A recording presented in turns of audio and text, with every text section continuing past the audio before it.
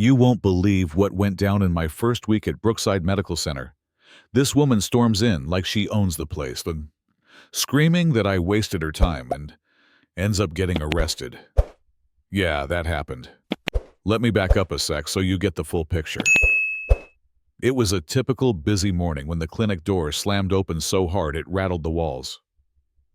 In walks this furious lady. Karen Whitman, think sharp nails. Designer purse swinging like she's about to declare war. She marches straight to the front desk, where I'm nervously trying to get the hang of this new job as a medical assistant, fresh out of training, still learning the ropes. Karen's face was flushed with anger as she yelled, "I've been waiting 45 minutes for a simple prescription refill. 45 minutes wasted."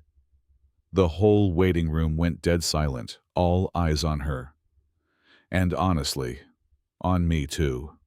She slammed a thick folder on my desk, pens rolling everywhere, and jabbed a diamond-ringed finger right in my face. "You're new here, aren't you? Well, you clearly don't know what you're doing. I've been coming here for 7 years, and this is the worst service ever." I felt my cheeks burn, but I kept my cool and tried to explain the process. That's when she dropped the bombs. "You know who I am. I'm the president of Maplewood Estates, HOA. I run 250 homes. When I book an appointment, I get seen immediately." Just then, Dr. Reynolds, the head physician, came out and asked calmly what the problem was. Karen spun around and shot back. "You've hired incompetent staff who waste your most valuable patient's time, and this one doesn't even know how to check people in." That's when things took a dark turn. Dr. Reynolds suggested she lower her voice or leave. Karen's eyes narrowed, and she hissed, "You people have no idea who you're dealing with. I know where all of you live. I have connections. I'll be back tomorrow with something that'll make you all remember me." The security guard reached for his radio. Tension shot through the room like electricity. See?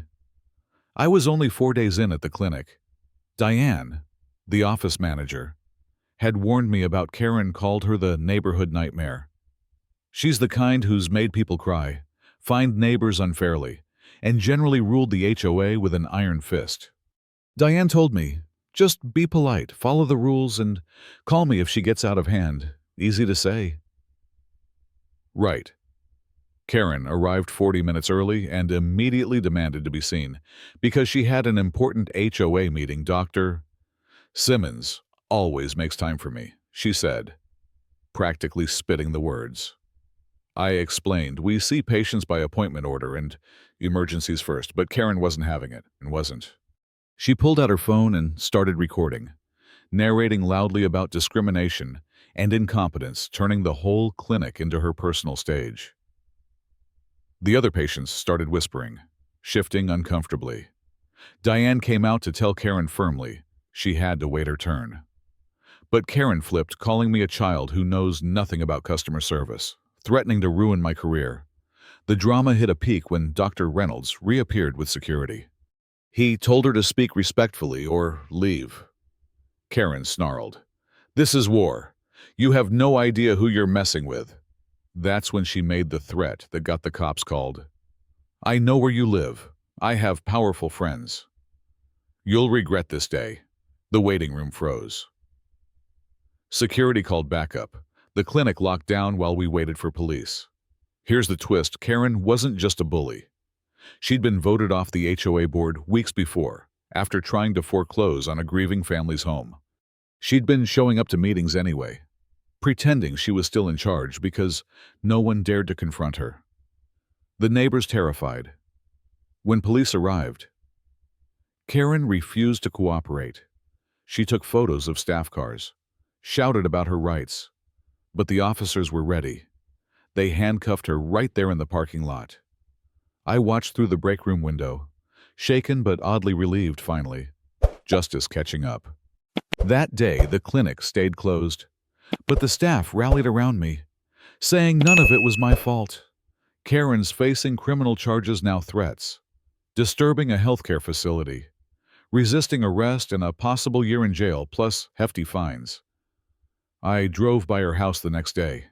She was out front yelling at the new HOA president, handing her removal papers. Never seen someone so furious. So yeah, Karen's reign of terror is officially over.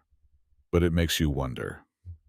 How many Karens like her are out there, abusing power and making life miserable for everyone else?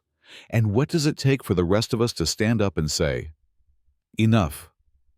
What do you think? Should communities have more power to stop bullies like Karen?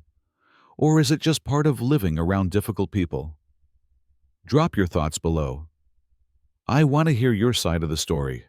And hey, if you've ever dealt with a Karen in your life, share your experience. Let's talk about justice and how far we're willing to go to get it.